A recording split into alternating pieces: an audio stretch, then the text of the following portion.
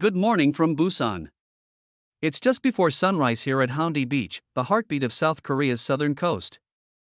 They say if you want to understand a city, you should watch it wake up, and that's exactly what we're here to do. The air is crisp, carrying the smell of salt and seaweed. The only sounds are the rhythmic crashing of waves and the faint hum of fishing boats in the distance. For a moment, Busan feels like it belongs only to the sea, quiet, unhurried, timeless. This is Haeundae beyond the postcards. Before the beach umbrellas, before the midday crowds. It's a place where generations gather, joggers chasing their morning routine, seniors greeting the day with Tai Chi. Children discovering tiny wonders left behind by the tide. For centuries, this shoreline has fed the city. Even today, fishermen cast their nets at dawn, their silhouettes etched into the same horizon that welcomes skyscrapers and neon lights by night. Busan has always been a city of contrasts, tradition and modernity in constant dialogue. There's something grounding about watching the sunrise with a warm coffee in hand. Local cafes along Haeundae open early, serving travelers and insomniacs alike.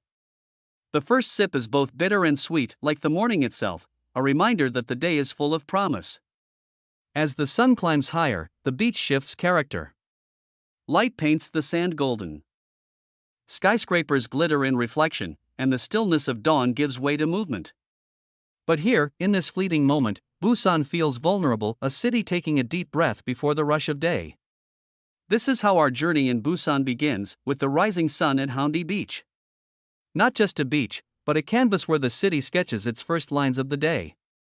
Calm, radiant, alive.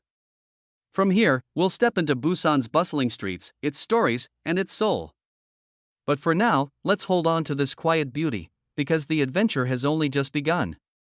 From the calm waves of Haeundae, we now dive into Busan's most famous marketplace, Jagalchi. Here, the sea doesn't just touch the city, it flows right into its veins. The moment you step inside, Jagalchi overwhelms the senses. The salty scent of the ocean fills the air, the chatter of vendors bounces across the hall, and every stall is a painting in motion, glistening mackerel stacked like silver bricks, shellfish piled high like treasure chests, tentacles curling lazily in blue-tinted tanks. These women are the heart of Jagalchi. Known as ajumas, they've carried this market on their shoulders since the Korean War. Back then, when Busan became a refuge city, women turned to the sea to feed their families. Today, their legacy lives on in every sale, every laugh, every dish.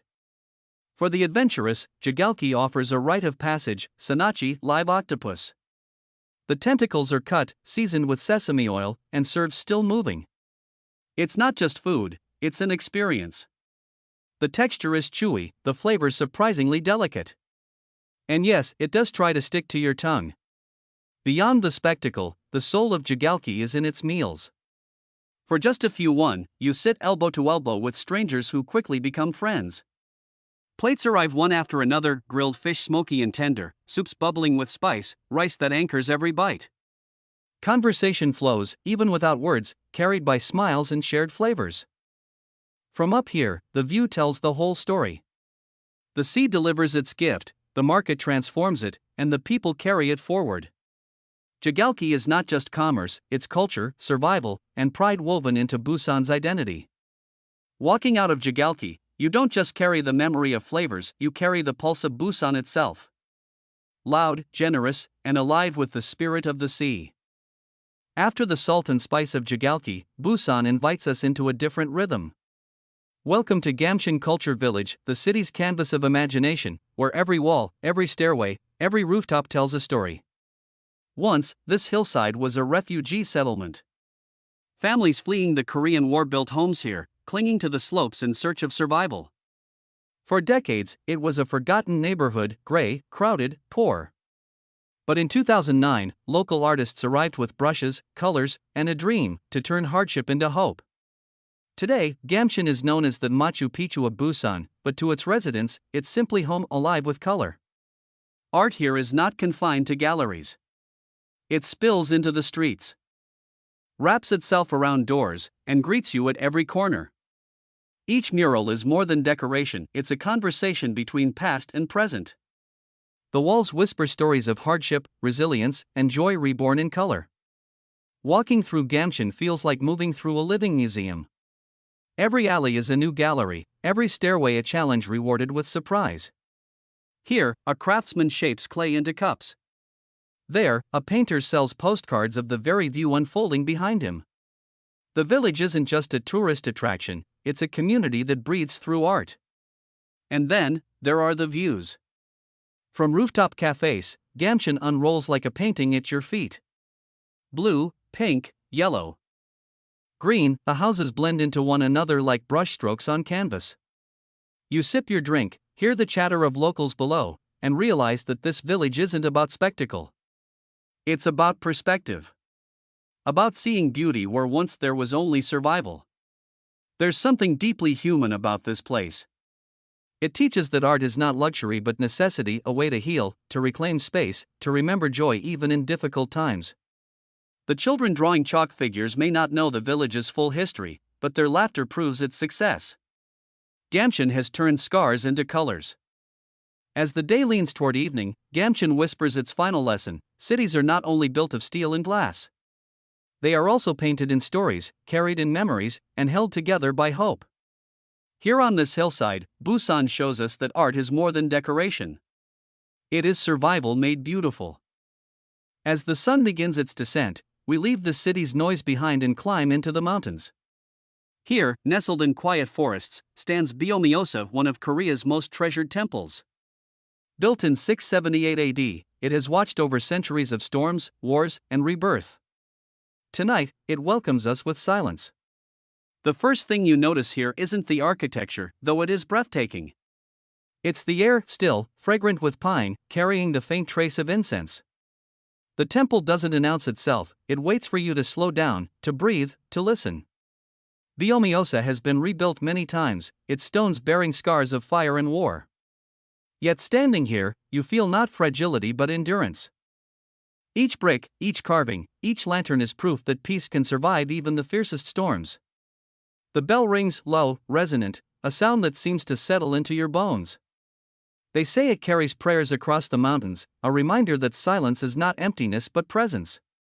You don't just hear it, you feel it. In the main hall, the chant begins.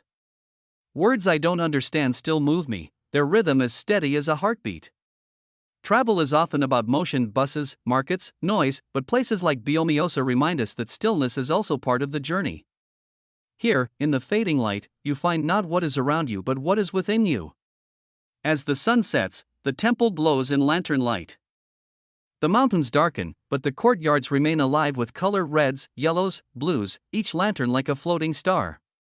For a moment, you wonder if this is what eternity looks like: simple, luminous, peaceful.